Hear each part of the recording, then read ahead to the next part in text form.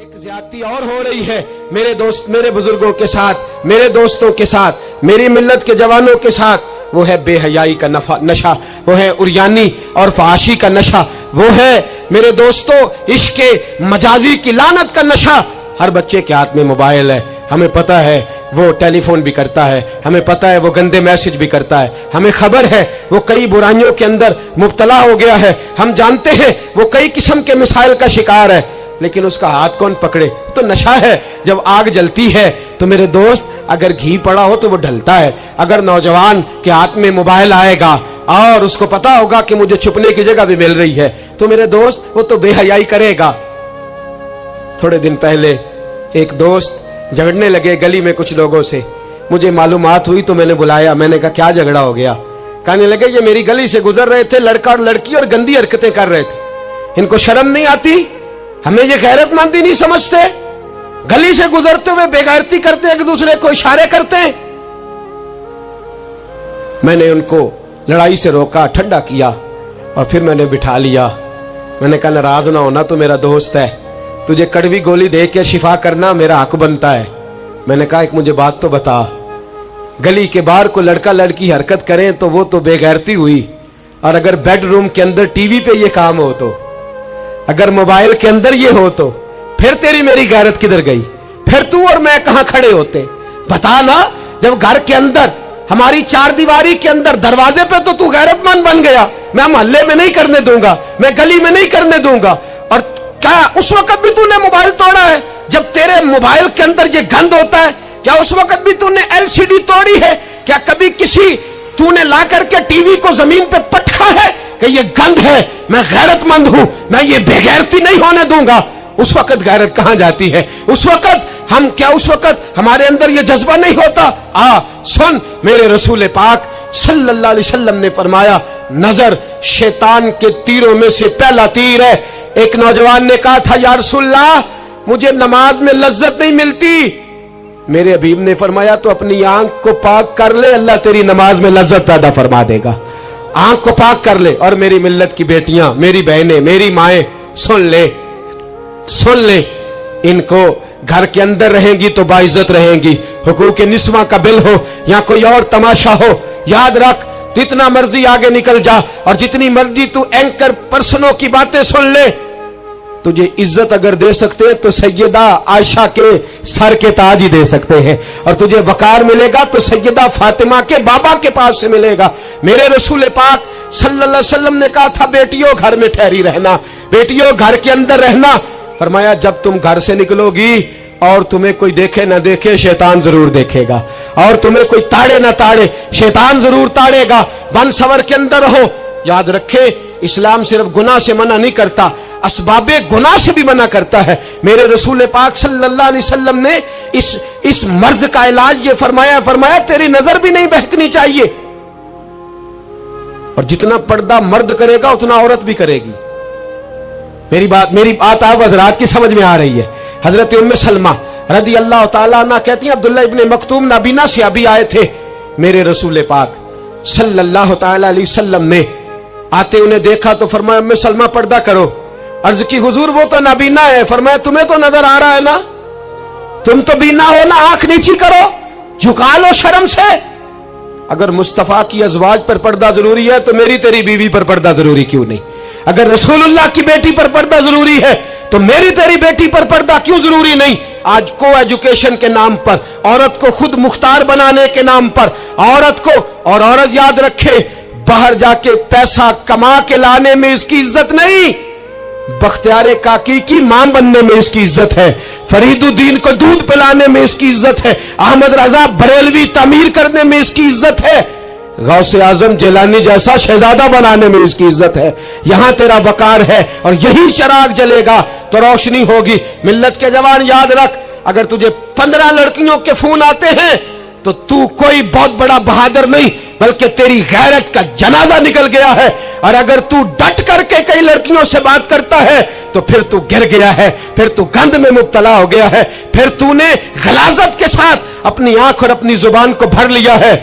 شرم والا وہ ہوتا ہے جس کا حسن بھی صاف ہوتا ہے، جس کا قد بھی بڑا ہوتا ہے، جس کی جوانی بھی اعلیٰ ہوتی ہے، पर उसका ज़हन साफ सुथरा होता है। वो मिल्लत की हर बेटी को बेटी समझता है, हर बहन को बहन समझता है, हर पाक दामन औरत के साथ जब वो देखता है तो उसे मां की नजर से देखता है।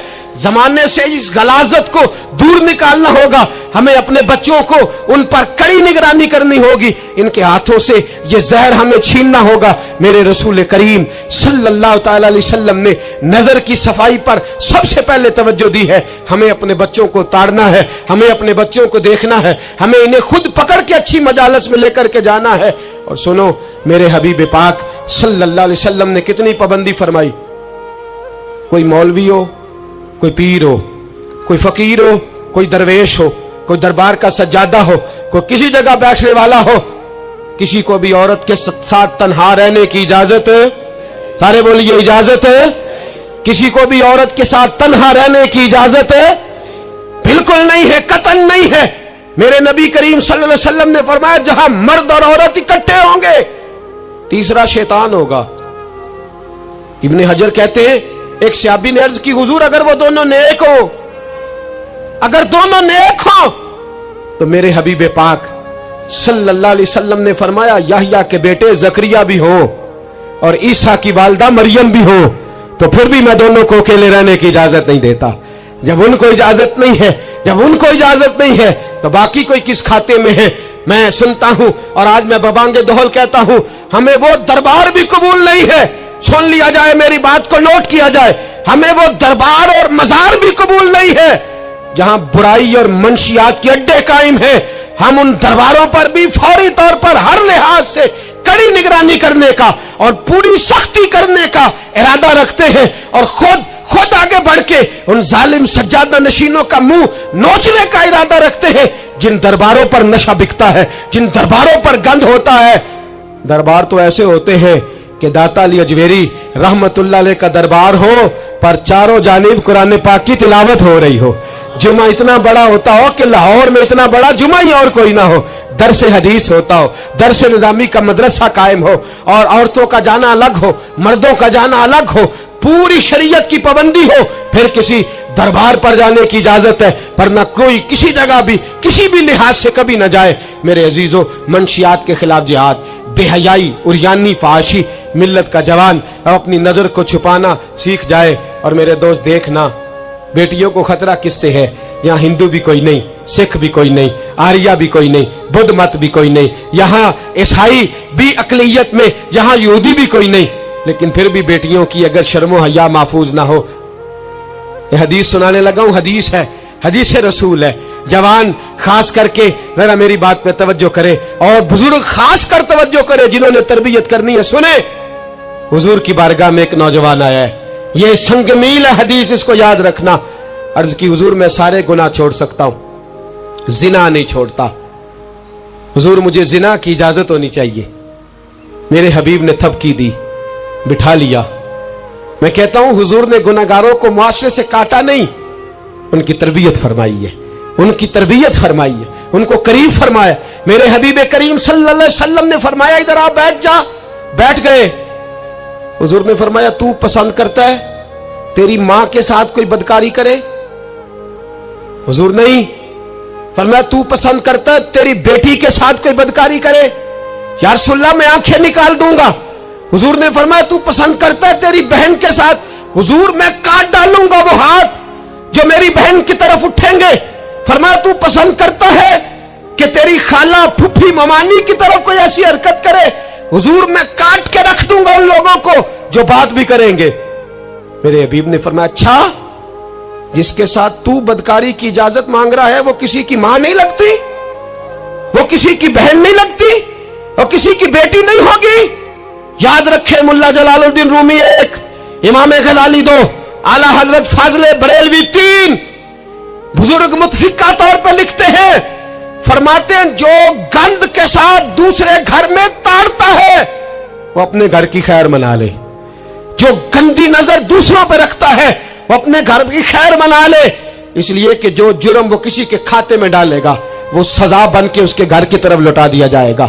जो बदकारी वो किसी के खाते में डालेगा वो सजा बन के अल्लाह उसके घर की तरफ लौटा देगा।